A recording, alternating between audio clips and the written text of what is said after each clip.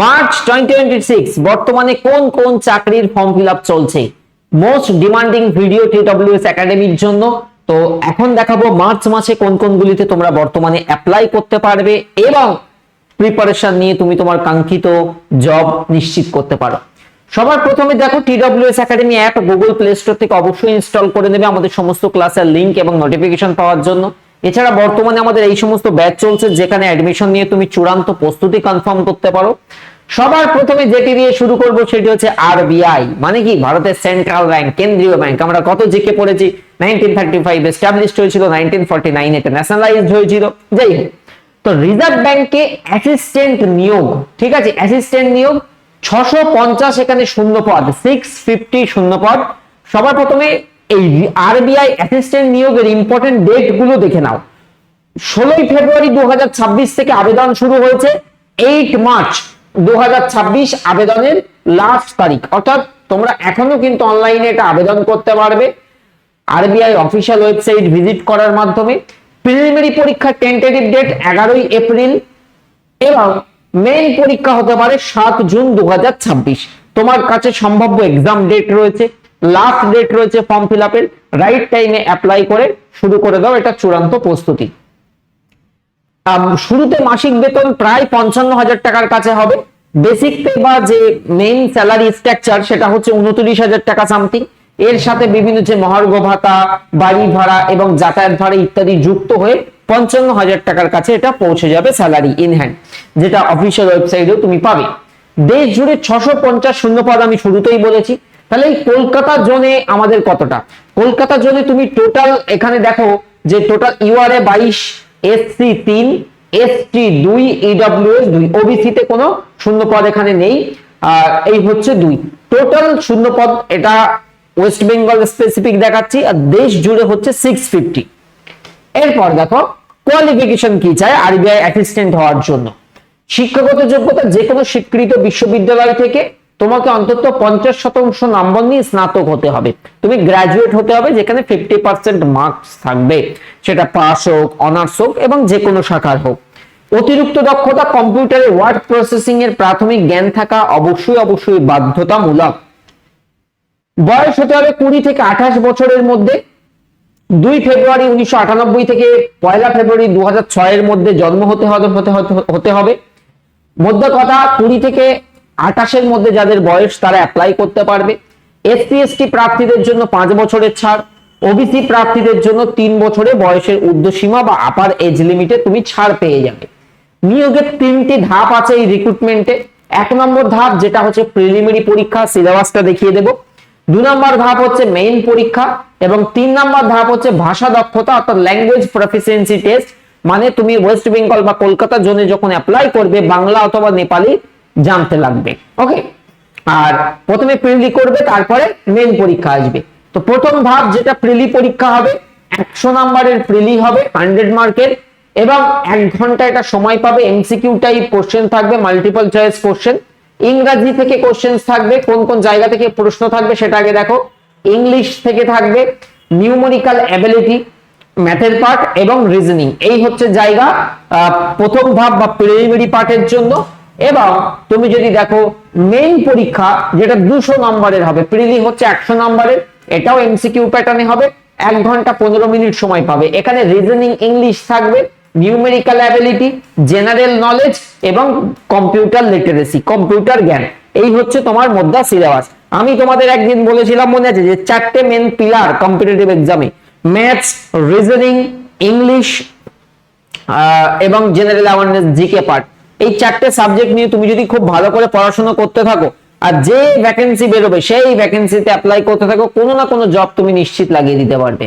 But তোমার intention সেই হওয়া চাই, মানে তোমাকে মেহনত করতে হবে। চাকরির পরীক্ষায় দেখো এইরকম 29-30টা ভ্যাকেন্সি থাকে, বাট কম্পিটিশন অনেক থাকে। এই সমস্ত ছোট ছোট ভ্যাকেন্সি তাই কি এগুলো তো অ্যাপ্লাই করে না ক্যারিয়ারে অনেক দূর পৌঁছাতে পারবে। বাংলা বা নেপালি ভাষায় ল্যাঙ্গুয়েজ প্রফিসিয়েন্সি টেস্ট কলকাতা দপ্তরে আবেদনের জন্য বাংলা অথবা নেপালি দক্ষতা থাকা কিন্তু অবশ্যই প্রয়োজন। আর জেনারেল, ওবিসি, ইডব্লিউএস এর জন্য 450 টাকা ফিস রাখা হয়েছে, আর 50 টাকা এসসি এসটি পিডব্লিউবিডি এক্স সার্ভিসম্যান আর আরবিআই এর অন স্টাফদের জন্য কোনো আবেদন ফি লাগবে না। এই হচ্ছে প্রসেস। তাহলে rbi.org.in এ গিয়ে আবেদন করতে হবে।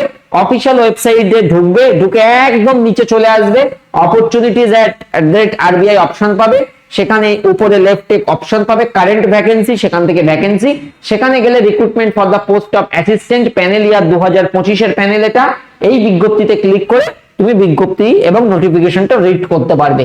মনে রাখবে ব্যাংকিং ক্যারিয়ারে স্বপ্ন শুরু করতে গেলে 8ই মার্চ কিন্তু আবেদনের শেষ তারিখ। অফিসিয়াল বিজ্ঞপ্তি ডাউনলোড এবং আবেদন করতে ভিজিট করতে হবে আরবিআই এর অফিসিয়াল ওয়েবসাইট। ঠিক আছে, এটা গেল আমাদের প্রথম জব আপডেট। দ্বিতীয় আপডেট যাওয়ার আগে কম্বাইন্ড 6.0 বলছে এই যে 4টে সাবজেক্ট, 4টে পিলার বললাম যেখান থেকে তুমি স্ট্রং হতে পারো, তো এখান থেকে for all exam, for all competitive এক্সামের প্রিপারেশন নেওয়া যায় এই ধরনের ব্যাচ থেকে। যে তুমি চোখ বন্ধ করে TWS এর ব্যাচ ভর্তি হতে পারো, যাদের স্পেসিফিক টার্গেট আছে যে না আমি পুলিশই হব, তাহলে পুলিশের ব্যাচ আছে। এএনএম জিএনএম নার্সিং এরও আজকে একটা ভ্যাকেন্সি দেখাবো কলকাতা মিউনিসিপ্যাল কর্পোরেশনের দ্বারা, যারা নার্সিং এ পড়াশোনা করেছো তোমাদের জন্য একটা অপরচুনিটি আছে। রেলের তো ফর্ম ফিল আপ চলছে এবং ডেট এক্সটেন্ড হয়েছে, সেটা বলবো, আগের ওই মাসে বলেছিলাম না, রেলের গ্রুপ ডির ফর্ম ফিল আপ চলছে। এসএসসি জিডির ফাউন্ডেশন, আপার প্রাইমারির ফাউন্ডেশন, এইগুলো কিন্তু বর্তমানে লাইভ ব্যাচ চলছে। দ্বিতীয়ত দেখো রেলের গ্রুপ ডি রিক্রুটমেন্টে তোমরা জানো এই ডেটটা ছিল, এই ডেটটাকে এক্সটেন্ড করে দেওয়া হয়েছে, বর্তমানে হচ্ছে তোমার 9 মার্চ পর্যন্ত অ্যাপ্লাই করা যাবে। যারা গত মাসে অ্যাপ্লাই করোনি কোনো কারণে অ্যাপ্লাইটা করে নাও, 9th March till 9th March তুমি অ্যাপ্লাই করতে পারবে। রেলের গ্রুপ ডি মাধ্যমিক পাশ হলেই হবে, 18 থেকে 33 এর মধ্যে বয়স হতে হবে, এসসি এসটিরা 5 বছরের ছাড় আর ওবিসিরা 3 বছরের ছাড় পাবে। আর সিলেবাস কি রেলের গ্রুপ ডিতে তোমার 90 মিনিটের পরীক্ষা হবে, অর্থাৎ 1.5 ঘন্টা সময় থাকবে, যার মধ্যে সায়েন্স থাকবে 25, mathematics 25, reasoning and general intelligence 30, general awareness and current affairs, এখন এখানে কারেন্ট অ্যাফেয়ার্সই বেশি দিচ্ছে, সব মিলে 100 কোশ্চেন। আচ্ছা আমি তোমাদেরকে বলে দিচ্ছি, আমরা 5th মার্চ থেকে রেলের নতুন ব্যাচ শুরু করেছি।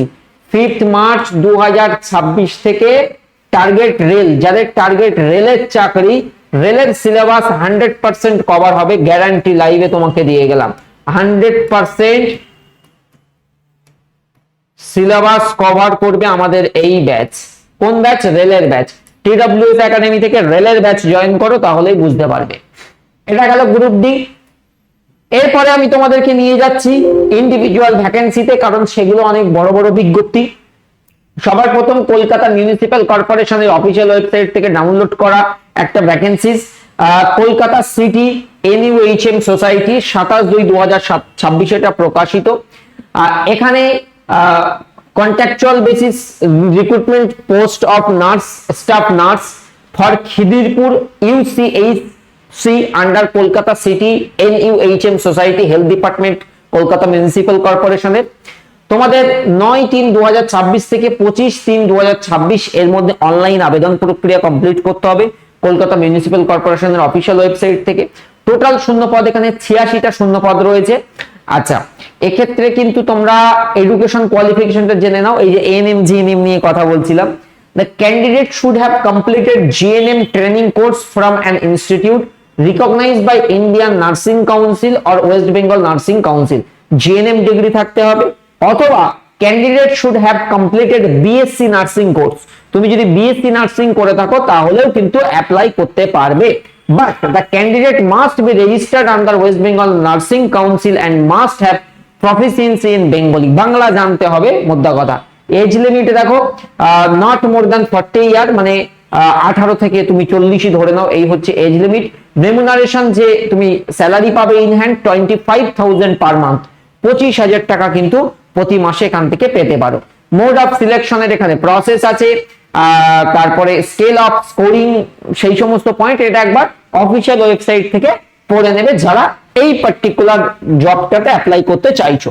এরপরে দেখো অগ্নিবীর, আর্মি র্যালি ইত্যাদি নিয়ে প্রচুর আমাদের কাছে ডিমান্ড আছে যে স্যার ক্লাস করান। দেখো রিসেন্টলি এই কিছু নোটিফিকেশন বেরিয়েছে, রিক্রুটমেন্ট নোটিফিকেশন ইন্ডিয়ান আর্মি। দেখো পোকা চলে এসছে,